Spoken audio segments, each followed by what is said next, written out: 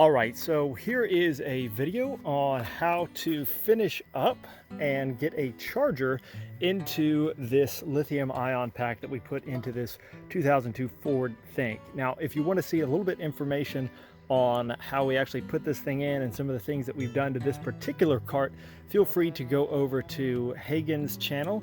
It'll be linked in the description below about how we actually did it. Now, like I said, in this one, we're going to be talking about how we set up the BMS and actually attached it onto these batteries, as well as showing how I added the charger. So let's go ahead and jump into a little bit of an explanation on how these battery packs work. Now, it might be a little bit difficult to figure out what's going on in the battery when you're just looking at it in the cart. So I went ahead and mocked this up in Fusion 360 kind of roughly to show you what's going on. So starting off, I want you to know that this is a 20S 1P pack, which means that it is 20 packs in series and it is only one in parallel. There's no packs in parallel with one another.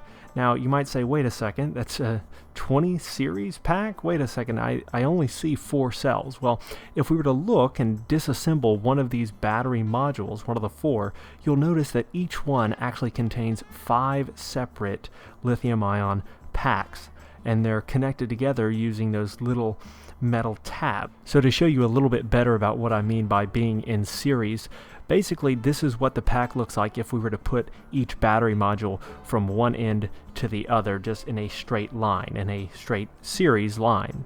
They're 5 in series, all connected up with those battery tabs.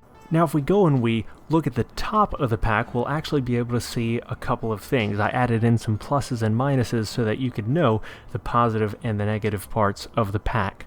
Now, if we were to measure between these 2 points at the top, we would get the full voltage of the battery pack. So that one on the right is the battery positive, and the one on the left is our battery negative. As you can see, if we were to put a line here, we can see that the series path goes sort of snaking in between the battery packs. They're connected positive to minus, and then the minus to the positive of the other pack, and then so on and so forth. And to connect between 2 packs on the right, we actually used a little copper bus bar. You can see that in Hagan's video.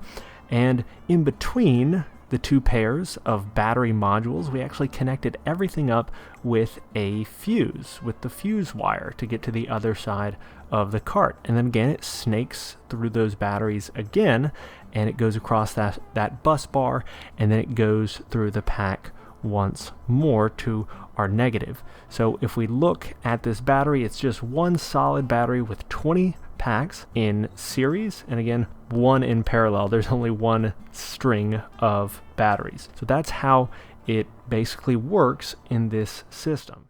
Okay, so what we're going to talk about is this extremely important piece right here. This is what is called the BMS, the Battery Management System. And what this does is several things. The first thing that it does is it protects the battery from over discharge or overcharging. So if the cart pulls too much current that this guy cannot handle and the battery can't handle, it will cut off the power to the cart. Same thing for charging. If it overcharges, it will cut off the charger and separate the battery from the charger. Now, all of those settings are adjustable via an app because it has a little Bluetooth module right here that allows us to talk to it with a phone app. Now, if you notice, it's got some wires coming in to the back of it.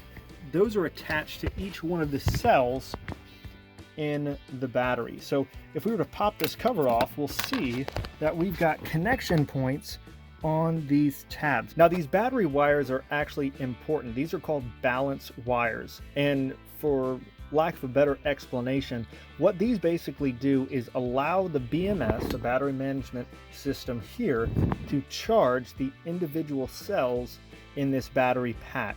So it allows it to charge this cell, this cell, this cell, this cell, and this cell individually, so that one cell doesn't become more overcharged or undercharged than the average voltage of the other cells in this pack. Because as you can imagine, if one of these cells ends up for whatever reason dropping really low, but all the other ones stay really high, well, the more the cart drains these other batteries, this one will get lower and lower and eventually damage itself because it's reached such a low voltage, even though it's in series with all the other ones, and it could damage the rest of the pack as well. So that's why we want to add these, and they go right into the back of the BMS there, as you can see, so that they go ahead and they can be individually charged during the charging process. If that was a little bit confusing, I went ahead and put a link in the description below to a video that I think is really great at showing how a battery management system, a BMS, controls and manages your battery when charging and discharging. Okay, so I've got this 84 volt, 5 amp, just sort of dumb charger that I'm going to put in the cart, and it's got this little connector here that I'm going to remove and replace it with these XT90 connectors because I think it'll work a lot better. I ended up getting a replacement of these, but they're like twice as big. I didn't look at it right, so I figured I'd just use some of these XT90 connectors that I had lying around. So we're going to get this swapped out and put it on these guys.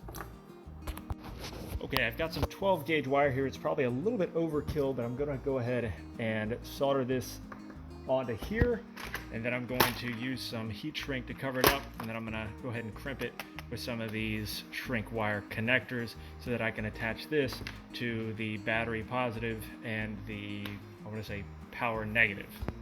Okay, so I went ahead and cut off the end of that little dumb charger. I tinned all the wires and connected everything up with some solder and with some heat shrink tubing to protect everything up. And then of course I had to move on to the XT90 connector, and these things are a little bit difficult to solder because those brass little connectors can sink a lot of heat, so it's hard to get everything to flow properly. But as you can see here, I went ahead and got everything soldered in, and it's not covered in heat shrink now, but you'll see it covered a little bit later. Those brass parts are really hard to get soldered. So I went ahead and started on the next part of the connector. You can see there I actually plugged in both ends to make sure that those brass inserts don't melt the plastic and become unaligned. So as you can see, the eyelets were the next thing that I needed to put on the ends of the extension.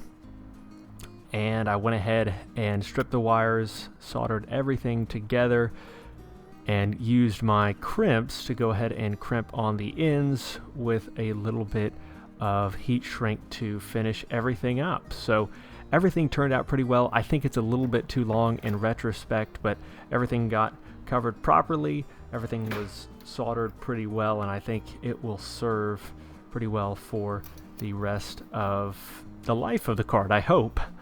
So the connector goes in pretty well, and the eyelets are nice and properly covered and good to go.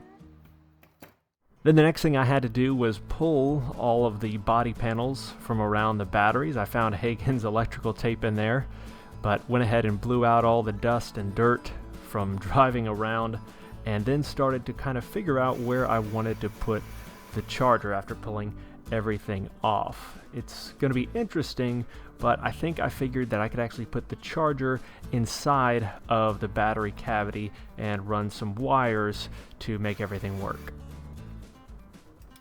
Okay, so I think what I'm going to do is we've got the plug here.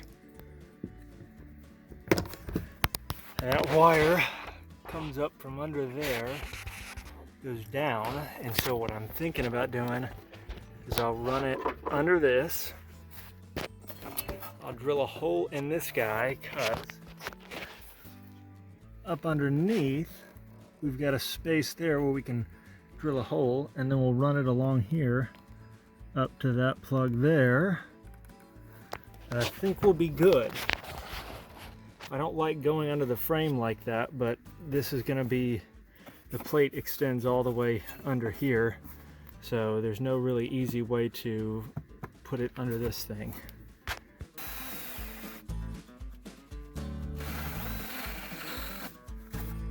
I think that's good enough. I think that's good enough. Okay, here, go up under there.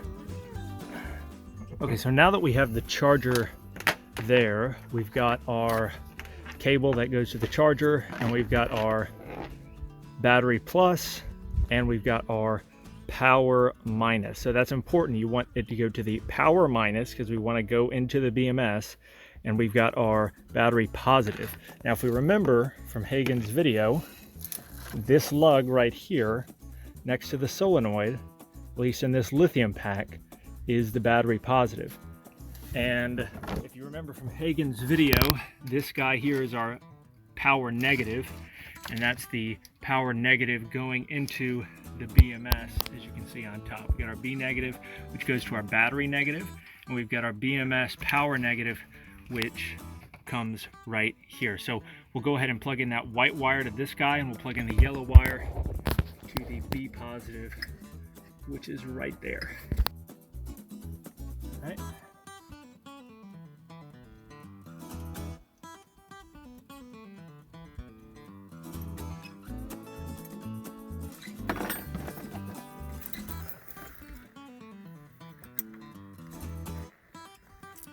Okay, gonna unscrew this guy.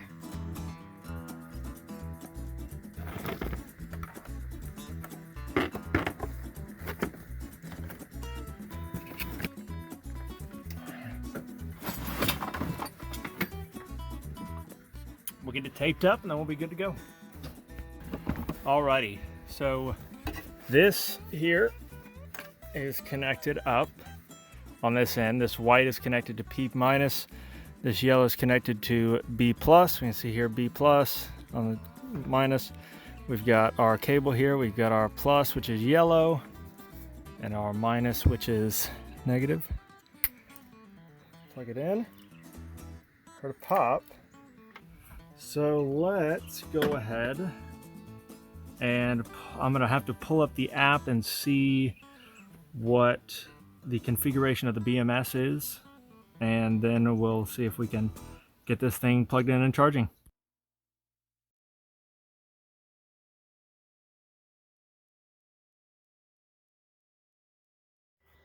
So as you can see here, it's finished up. We've got it plugged in.